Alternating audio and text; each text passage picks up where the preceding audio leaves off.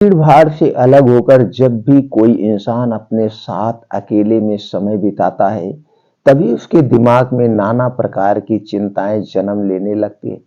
मनुष्य की प्रवृत्ति ही ऐसी है कि वो ज्यादातर समय नकारात्मक ही सोचता है। अपने लक्ष्य को कैसे प्राप्त किया जाए, इस सोचने की जगह वो ये सोचता है कि अगर लक्ष्य पूरा नहीं हुआ तो मैं क्या करूंगा। और इस प्रकार की नकारात्मक विचारधारा के कारण जीवन प्रांत डर डर कर जीता रहता है। अगर पूरी बुद्धिमानी और सजगता के साथ इस डर को सामना किया जाए तो यही डर इंसान के पतन का कारण बनता है।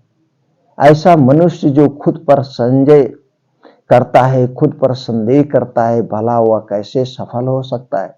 लेकिन बुद्धिमानी से अगर इस डर का उपयोग किया जाए तो यही डर उसकी सबसे बड़ी ताकत बन सकता है। काश केवल एक बार उसने खुद पर विश्वास किया होता तो उसे मालूम होता कि उसके डर में ही उसकी ताकत का रहस्य छिपा हुआ है। यह कहकर सन्यासी चुप हो गया और चुपचाप अपने कदमों पर ध्यान लगाते हुए जंगली घास पे से आगे बढ़ने लगा। संध्या का समय था। सन्यासी और एक लकड़हारा जंगल में से होकर गांव की तरफ निकल रहे थे। सन्यासी के ये शब्द लकड़हारे को कुछ समझ में नहीं आए। वह सोच रहा था कि डर में ताकत कैसे हो सकती है। डर तो आदमी को कमजोर बनाता है। अपने मन की उत्सुकता को जब वह काबू नहीं कर सका तो उसने सन्यासी से पूछा कि महात्मा महात्मा आप ये क्या कह रहे हैं कि डर में ताकत होती है। डर तो आदमी को कमजोर बनाता है, उसे तो अपना डर दूर करना ही चाहिए। लकड़हारा अपनी बात पूरी कर पाता उससे पहले उसे एक शेर की दहाड़ सुनाई दी। एक शेर की दहाड़ सुनाई दी। शेर की गर्जन सुनकर लकड़हारे का रोम रोम कांप गया। उसके कान खड़े हो गए।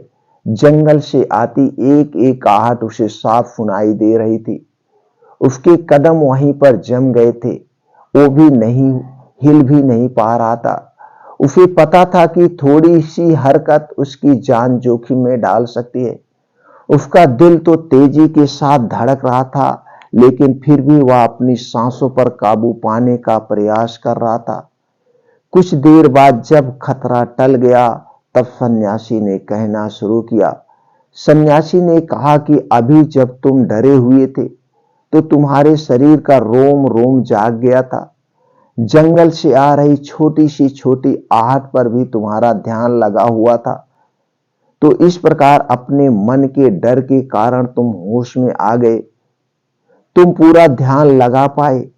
इससे पहले जब तक तुम्हें शेर की दहाड़ सुनाई नहीं दी थी तब तक तुम अपने विचारों में खोए हुए थे। लेकिन जैसे ही तुम्हें शेर की दहाड़ सुनाई दी वैसे ही तुम्हारे सारे विचार गायब होकर हम वर्तमान में उपस्थित हो गए थे।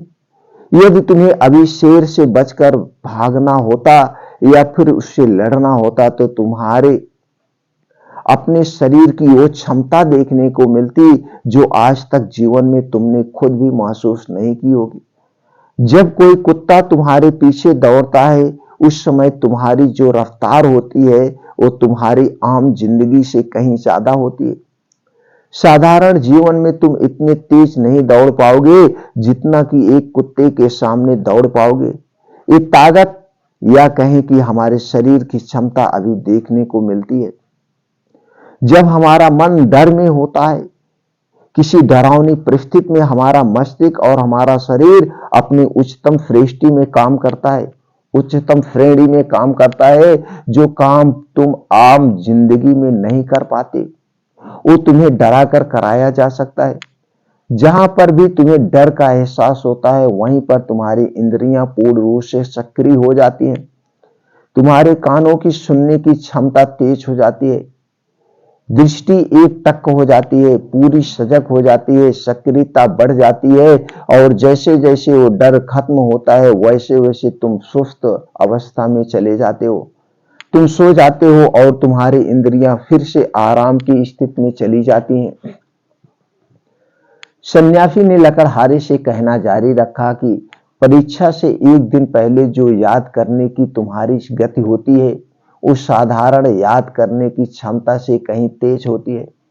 सिर्फ एक बार याद किया हुआ तुम्हें परीक्षा के समय याद रह जाता है, और तुम जानते हो कि ये सब परीक्षा के डर से ही होता है। इसलिए डर को दूर करने की जगह इंसान को ये सोचना चाहिए कि वो अपने डर को ताकत में कैसे बना सकता है।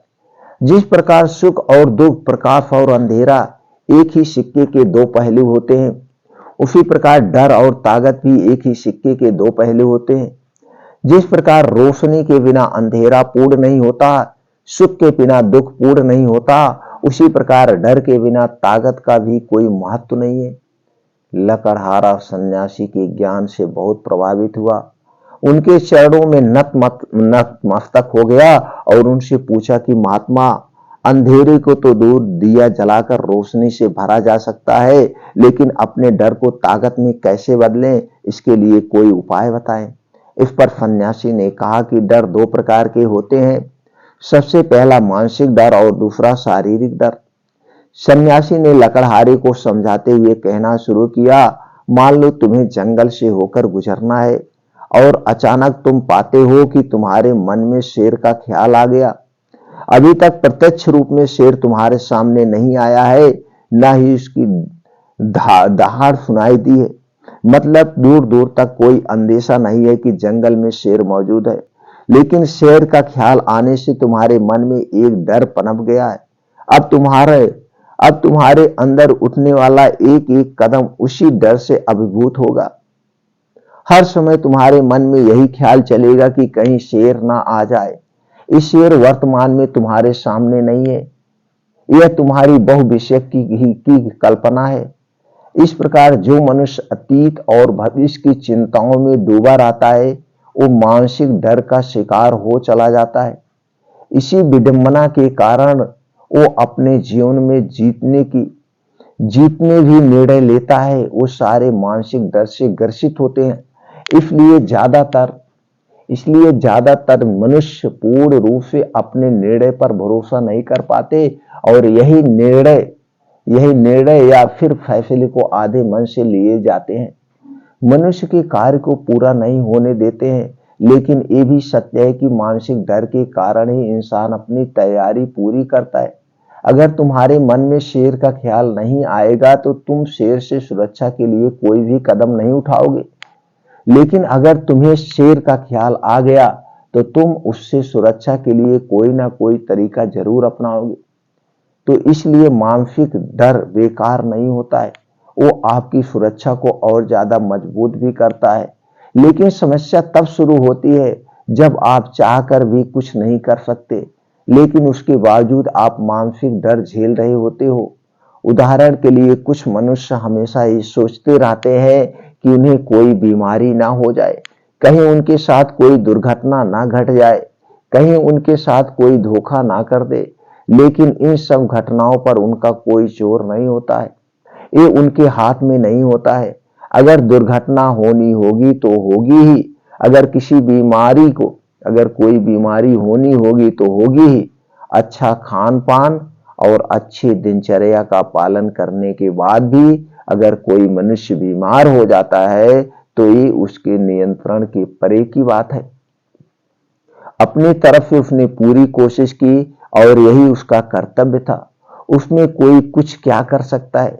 जो घटनाएं इंसान की पहुंच के परे होती हैं, वह उनसे भी परेशान होता रहता है, उनसे भी उनका मन घबराता रहता है, और यही मानसिक डर उसके पतन का कारण बनता है। और यही मानसिक डर अगर सही तरीके से इस्तेमाल किया जाए तो मनुष्य समझदार और अनुभवी कहलाएगा। जो इंसान ये सोचता है कि कांटे सिर्फ दर्द देने के लिए ही बने हैं, वो ये भूल जाता है कि कांटे ही फूलों की रक्षा करते हैं। इसी प्रकार एक ज्ञानी मनुष्य किसी भी चीज का उपयोग अपने सकारात्मक तरीके से कर सकता है, लेकिन एक अज्ञानी मनुष्य है अपनी अज्ञानता बस उन चीजों को भी छोड़ देता है जो इसके लिए उपयोगी होती है। विवेकशील मनुष्य फेंके गए पत्थरों का भी महल खड़ा कर लेता है, लेकिन एक मनुष्य उन पत्थरों को भी दूसरों पर फेंकता रहता है। एक अज्ञानी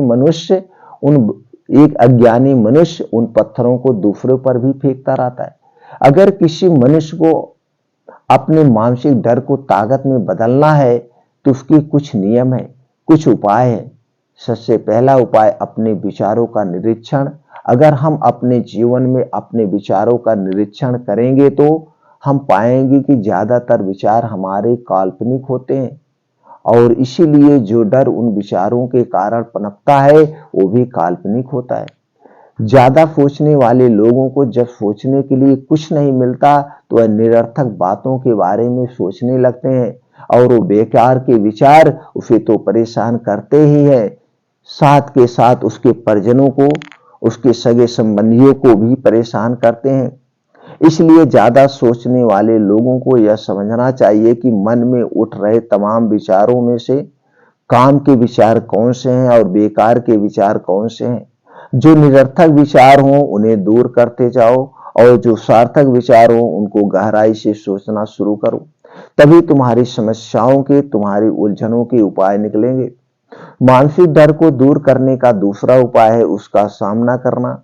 इसका मतलब यह नहीं है कि तुम शेर के सामने जाकर खड़े हो जाओ, बल्कि इसका मतलब यह है कि पूर्ण सुरक्षा के साथ तुम जंगल में जा रहे हो।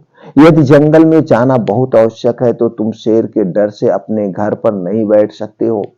इसी प्रकार मनुष्य के जीवन में बहुत सारे डर होते हैं, जैसे कि परीक्षा का डर, लक्ष्य ना पाने का डर, झूठ बोलने का डर, सच के पता लग जाने का डर, अपनों को खो देने का डर, दुर्घटना हो जाने का डर।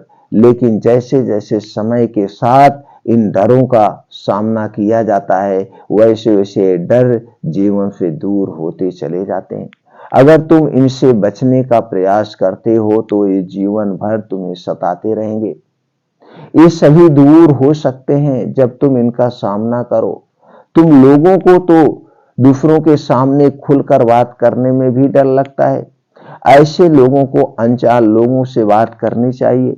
जितना ही वो लोगों से बात करेंगे उतना ही उनके मन का डर दूर हो जाएगा।